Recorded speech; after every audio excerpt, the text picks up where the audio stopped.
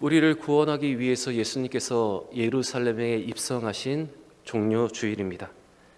이 종료주일에 십자가를 깊이 묵상하며 고난에 동참하고 구원의 감격을 누리기 위해서 예배 자리에 나오신 우리 모든 대왕의 성도들을 주의 이름으로 환영하며 축복합니다. 오늘 이 종료주일의 예배를 시작으로 한 주간에 있을 특별한 새벽 기도회 그리고 부활주일 예배까지 믿음으로 모든 예배를 드리고 또 기도하며 보내는 우리 모든 대왕의 성도들이 되시기를 바랍니다. 미국의 교회학자 찰스 알렌 박사는 현대 기독교인의 상태를 연구한 연구 보고서를 작성하였습니다. 그 보고서에 따르면 교회의 20%의 교인들은 주일을 성수하지 않고 예배에 불참하고 있으며 25%의 교인들은 평상시에 기도를 잘 하지 않으며 30%의 교인은 기도를 어떻게 해야 하는지도 잘 모르고 35%의 교인은 성경을 읽지 않는다고 합니다. 또 교회의 40%의 교인은 헌금을 하지 않고 60%의 교인은 신앙 서적을 읽지 않으며 75%의 교인은 교회를 위한 봉사와 섬김을 외면하고 있으며 85%의 교인은 불신자 한 사람도 전도해 본 적이 없다고 합니다. 그런데 놀라운 것은 교회 성도의 100%의 교인은 하나같이 천국에 가고 싶다는 반응을 보였다고 합니다. 여러분, 오늘 이 알렌 박사의 보고는 자기 십자가를 지고 예수의 십자가를 따르기를 주저하는 많은 현대 신앙인들의 모습을 보여주고 있습니다. 우리의 몫의 십자가를 지고 예수의 십자가를 따라가야 하는데 예수의 십자가만을 앞세우고 나아가는 현대의 신앙인의 모습을 잘 보여주고 있습니다. 우리 예수님은 우리에게 말씀하셨습니다. 십자가를 앞세워서 그 십자가를 따라가지 말고 자기의 구원을 이루라 말씀하셨습니다. 자기 몫의 십자가를 지고 나를 따르라고 예수님께서는 우리에게 명령하셨습니다. 오늘 이 알렌 박사의 이 보고서가 여러분과 저에게 이 종료주의를 시작으로 이 고난주간을 보내면서 우리가 회복해야 하는 것이 무엇인가를 다시 한번 돌이킬 수 있는 귀한 울림이 되기를 바랍니다. 특별히 여러분에게 부탁드리고 싶은 것은 내일부터 시작되는 이 고난주간의 특별 새벽 기도에 함께 참석하셔서 다시 우리가 회복해야 할 것들을 회복하고 이 십자가의 은혜와 감격 그리고 부활의 기쁨을 누리며 다시 한번 우리의 기도의 불을 붙임으로 더 뜨거워질 수 있는 우리 모두가 되기를 바랍니다. 우리 옆에 분과 한번 이렇게 인사했으면 좋겠습니다. 십자가를 앞세우지 말고 십자가를 지고 따라갑시다. 인사하겠습니다. 십자가를 앞세우지 말고 십자가를 지고 따라갑시다. 다시 한번 인사하겠습니다. 내일 특별 새벽 기도의 시간에 뵙겠습니다. 인사하겠습니다. 내일 특별 새벽 기도의 시간에 뵙겠습니다. 네, 인사하셨고 또 약속하셨습니다. 내일 뵙겠습니다. 예수님께서 나귀를 타고 예루살렘에 들어가셨습니다. 그는 만왕의 왕이시나 겸손하게 나귀의 삭기를 타고 예루살렘에 들어가셨습니다. 이날에 시온의 딸들은 크게 기뻐하였고 예루살렘의 딸들도 큰 소리 높여 주를 찬양했습니다. 그리고 유월절을 지키기 위해서 예루살렘에 모여있던 모든 무리들은 종려나무 가지를 흔들고 호산나 다윗의 자손을 외치기 시작했습니다. 저는 오늘 이 본문의 내용으로 우리가 종료주의의 이 의미를 알고 이 기쁨과 복을 누리기 위해서 우리에게 필요한 것이 무엇인가를 이 시간 말씀을 통해서 한번 깊이 생각해 보기를 원합니다. 종료주일은 믿음의 사람들에게 예수를 메시아로 인정하는 자들에게 정말로 중요한 날입니다. 이 종료주일은 예수님을 높이고 존귀하게 맞는 날이며 동시에 예수님을 우리의 왕으로 맞이하는 날입니다. 그래서 우리 모두는 이 종료주의를 통해서 우리의 왕으로 예수 그리스도를 영접하고 그 기쁨을 누리기 위해서 우리는 오늘 이 본문에 나타난 사람들과 같은 믿음의 모습을 소유해야 하는 것입니다. 먼저 오늘 본문 1절 말씀을 보시면 예수님은 예루살렘에 들어가시기 전에 2명의 제자를 먼저 보내시면서 맞은편 마을로 가서 나귀와 그 새끼가 메어 있는 것을 보면 그 나귀 새끼를 풀어서 가지고 오라고 말씀을 하셨습니다. 오늘 본문 1절과 2절의 말씀을 우리 다시 한번 같이 읽어보겠습니다.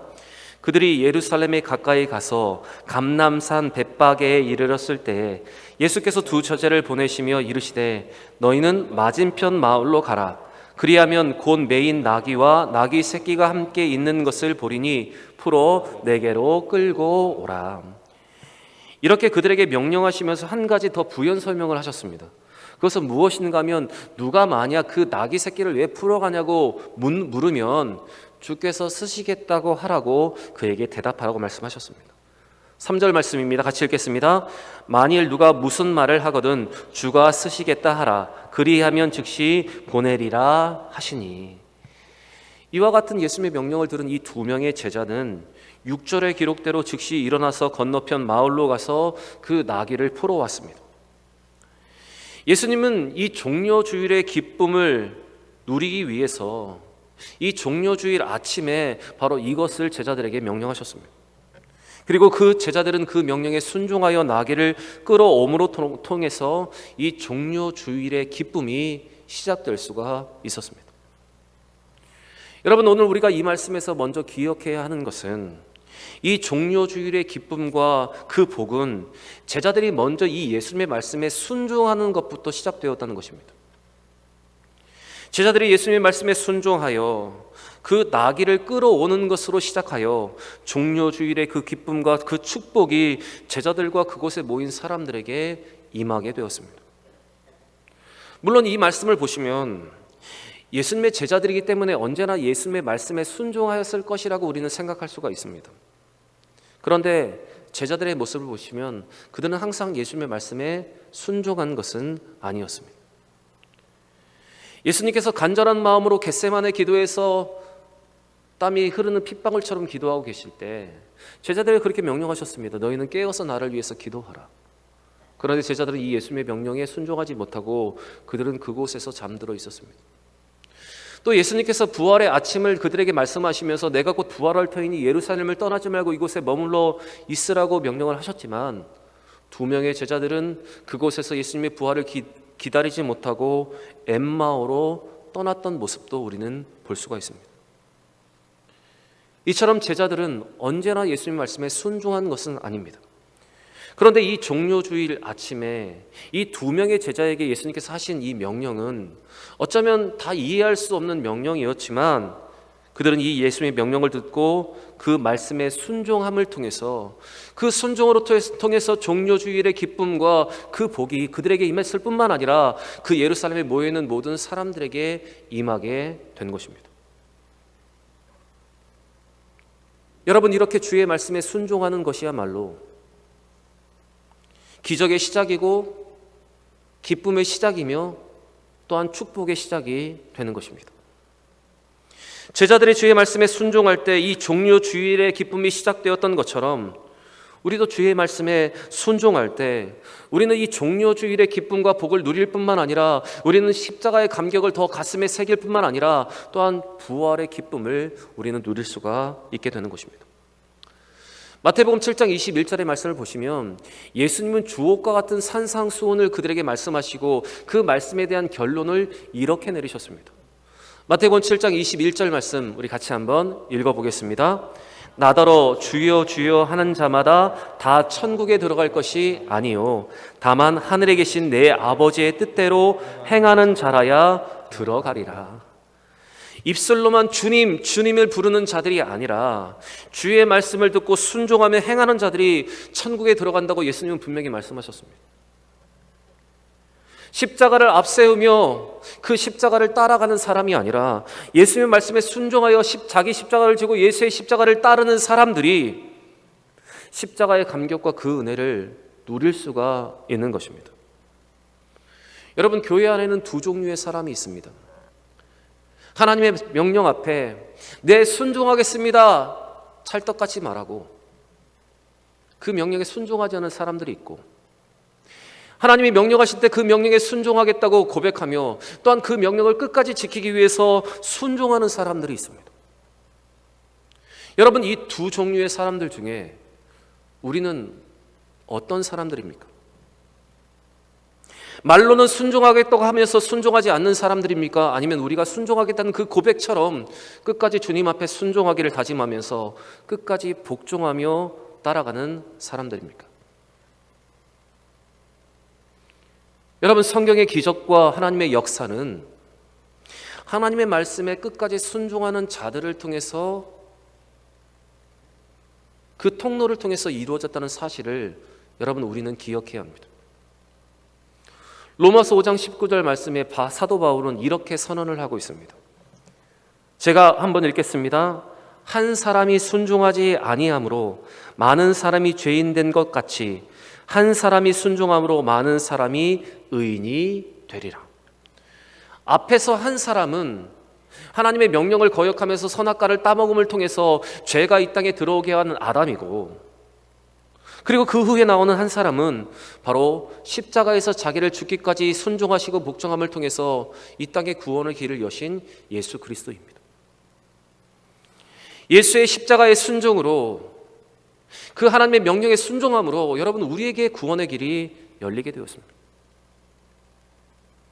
예수님이 순종하셨기 때문에, 죽기까지 하나님의 말씀에 복종하셨기 때문에 그 구원에 열린 것처럼 우리가 주의 말씀을 앞에 순종하며 또한 겸손하게 순복할 때 우리 예수님은 세상 사람들 앞에서 존귀하게 되며, 우리가 그 명령에 순종할 때 예수님은 우리의 왕이 되시고 우리는 이 종료주일의 기쁨과 십자가의 감격과 또한 부활의 큰 은혜를 여러분, 우리는 누릴 수가 있게 되는 것입니다. 여러분, 이 종료주일의 기쁨이 바로 제자들의 순종으로부터 시작되는 것을 기억하시면서, 제자들의 순종이 예수님을 높였던 것을 기억하시면서 주의 말씀에 순종함으로 이 종료주일의 기쁨과 십자가의 감격과 부활의 은혜를 더 깊이 누리는 우리 모든 대형의 성도들이 되시기를 바랍니다. 제자들은 나귀를 끌어오라는 예수님의 명령에 순종하였습니다. 예수님께서 하신 말씀 그대로 나귀 주인에게 이야기를 하고 나귀를 끌어왔습니다. 그런데 그 나귀의 등에는 사람이 앉을 수 있는 안장이 없었습니다. 사람들이 나귀를 타려면 그 나귀의 등에 덮을 것이 있어야 하는데 그 덮을 것이 없었습니다. 그래서 제자들은 얼른 자기의 겉옷을 벗어서 나귀의 등을 덮었습니다. 곧 예수님이 그 나귀를 타실 수 있도록 자기 겉옷으로 나귀의 안장을 만든 것입니다.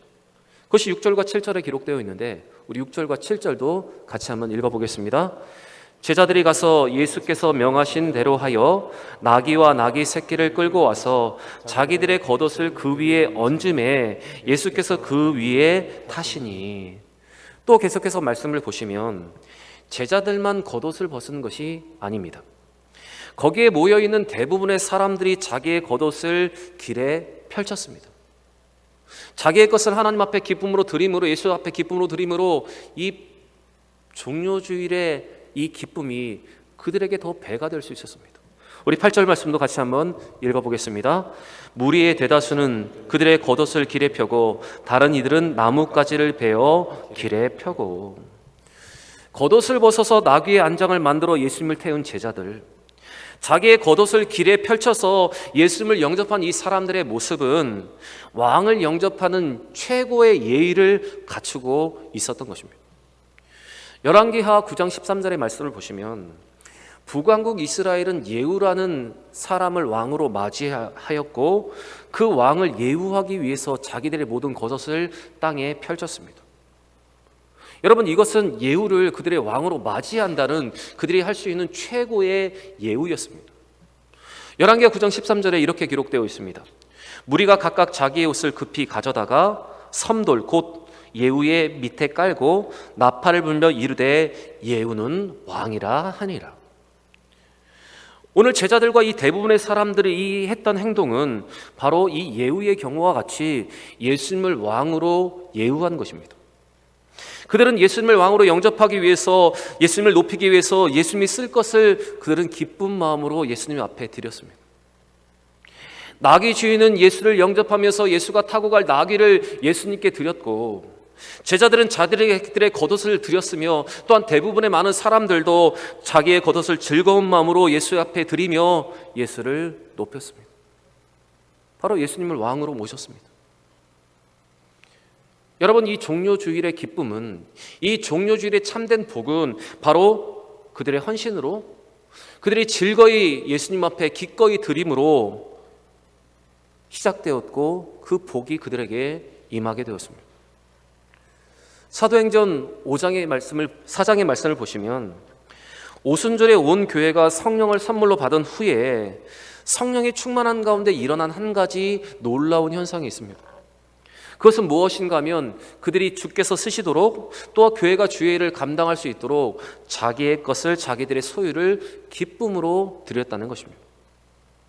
그들은 주를 위해서, 주의 나라를 위해서 기쁨으로 기꺼이 자기의 것들을 헌신했습니다. 그들은 주님이 필요할 때 자기들의 시간을 드렸습니다. 또 자기들의 재능도 주 앞에 드렸습니다. 그들은 심령을 주님 앞에 드렸고, 또한 자기들이 가지고 있는 물질도 기꺼이 기쁨으로 주 앞에 드렸습니다. 그래서 사도행전 4장 32절부터 35절에 이렇게 기록되어 있습니다. 제가 한번 읽겠습니다. 믿는 무리가 한 마음과 한 뜻이 되어 모든 물건을 서로 통용하고 자기 재물을 조금도 자기의 것이라고 하는 이가 하나도 없더라.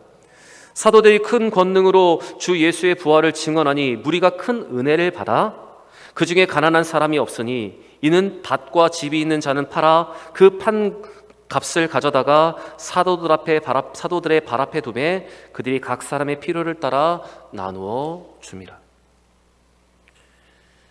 이렇게 자기들의 것을 즐거이 기쁨으로 드림을 통해서 초대교회는 전무후무한 특별한 은혜, 특별한 부흥과 은총을 누리게 되었습니다. 이전과 이후에도 없는, 여러분, 이 은총을 누리게 되었습니다. 여러분, 우리가 오늘 이 종료주일의 기쁨을 누리고 십자가의 감격과 그 부활의 은혜를 누리려면 오늘 이 나귀 주인처럼, 또한 자기의 겉옷을 벗어서 나귀의 안장으로 사용했던 이 제자들처럼, 또한 무리의 대부분이 자기의 옷을 걷어서 그 길에 펼쳤며 예수를 기쁨으로 맞이하였던 것처럼, 여러분, 우리가 기쁨으로 우리의 것을 기꺼이 하나님 앞에 드릴 때 이 종료주일은 우리에게 더 큰 기쁨이 되고 더 큰 복으로 임할 줄 믿습니다. 우리가 이 초대교회 성도들과 같이 기꺼이 기쁜 마음으로 자신의 것을 하나님 앞에 드리며 헌신할 때, 여러분, 우리 가운데 이 기쁨이 더 배가 될 줄 믿습니다. 마태복음 6장 21절에 예수님께서는 분명히 이렇게 말씀하십니다. 내 보물이 있는 그곳에 내 마음도 있느니라. 내 보물이 쌓이는 그곳에, 너의 헌신이 쌓이는 그곳에 너의 마음도 있다고 오늘 우리에게 이렇게 말씀하십니다. 여러분, 마음이 있는 곳에 보물이 쌓이는 법입니다. 마음이 있는 곳에 우리의 헌신이 쌓이는 법입니다. 그 마음이 있는 곳에 우리의 시간이 들여지게 되는 것입니다. 여러분, 오늘 이 종료주일에 많은 사람들이 즐거이 자기 것을 드림을 통해서 주님을 높인 것과 같이, 그리고 그렇게 높임을 통해서 더 큰 복이 그들에게 임했던 것과 같이, 여러분, 우리의 것을 기쁨으로 드림으로 이 종료주일의 기쁨과 복과 이 고난주간의 이 감격과 부활의 은혜가 우리 가운데 더 넘치기를 바랍니다. 마지막으로 예수님이 예루살렘으로 나귀를 타고 들어가실 때 거기에 많은 사람들이 예수님과 함께 있었습니다. 예수님을 중심으로 수많은 사람들이 모였습니다. 지금으로 말하면 BTS가 콘서트 할 때 수많은 인파가 모인 것처럼 그 당시에 있을 수 없는 수많은 인원들이 바로 예수님의 중심으로 모였습니다. 복음서의 말씀을 보시면 예수님을 순환을 받으러 예루살렘으로 들어가시기 전에 행하셨던 강력한 이적이 있습니다. 그것은 무엇인가 하면 죽은 나사로를 살리신 것입니다. 베다니에 살고 있는 죽은 나사로가 살았다는 소식을 들은 수많은 사람들은 이 예수를 따르고 있는 이 나사로를 보기 위해서 예루살렘으로 몰려오고 있었습니다. 또 예루살렘은 절기를 지키기 위해서 수많은 사람들이 그곳에 모여 있었습니다.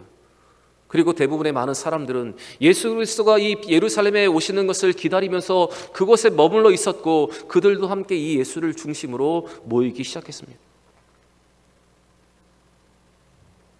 이 모든 사람들이 함께 예수를 중심으로 모여서 그들은 이렇게 예수를 찬양하기 시작합니다. 우리 9절 말씀 같이 한번 읽겠습니다. 앞에서 가고 뒤에서 따르는 무리가 소리 높여 이르되 호산나 다윗의 자손이여 찬송하리로다. 주의 이름으로 오시는 이여 가장 높은 곳에서 호산나 하더라. 이런 모양의 사람들, 저런 모양의 사람들이 다 모였습니다. 어린아이부터 어른까지 예수의 중심으로 다 모였습니다. 그리고 그들은 앞서서 가고 또한 옆에서도 걸어가고 뒤에서도 따르면서 예수님을 높이기 시작했습니다. 호산나 다윗의 자손이여 어서 오시옵소서. 호산나 호산나. 여러분, 예수님께서 최고의 예우와 최상의 높임을 받으며 예루살렘으로 들어가실 수 있었던 것은 많은 사람들이 바로 이 예수님을 중심으로 모였기 때문입니다. 많은 사람들이 예수를 중심으로 모였기 때문에 이런 최고의 찬양과 최고의 예우가 예수님께 임할 수 있었고 그 종려주일의 기쁨과 그 복이 그들에게 임하게 되었습니다. 여러분, 이 종려주일의 기쁨과 이 감격은, 그 복은 그들이 예수를 중심으로 모였을 때 가능한 것이었습니다. 그들은 함께 모여서 예수를 왕으로 영접하였습니다. 여러분, 오늘 이 무리들처럼 예수를 중심으로 우리가 함께 모일 때, 우리가 예수를 위하여 함께 모일 때 이 종려주일의 기쁨이 우리 가운데 있고 십자가의 은혜는 우리 가운데 배가 될 뿐만 아니라 부활의 기쁨을 우리는 더 큰 기쁨으로 누릴 수가 있게 되는 것입니다. 여러분, 혼자 할 때 잘 되는 것이 있고 함께 모여야 잘 되는 것이 있습니다. 그런데 신앙생활은 혼자 하는 것보다 모여서 해야 여러분 그 은혜가 더 넘쳐나는 것입니다. 혼자서 기도하는 것도 때때로 필요합니다.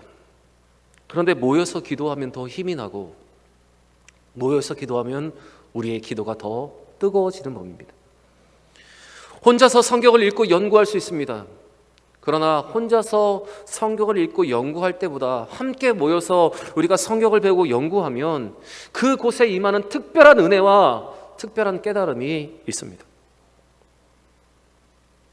사도행전의 말씀을 보시면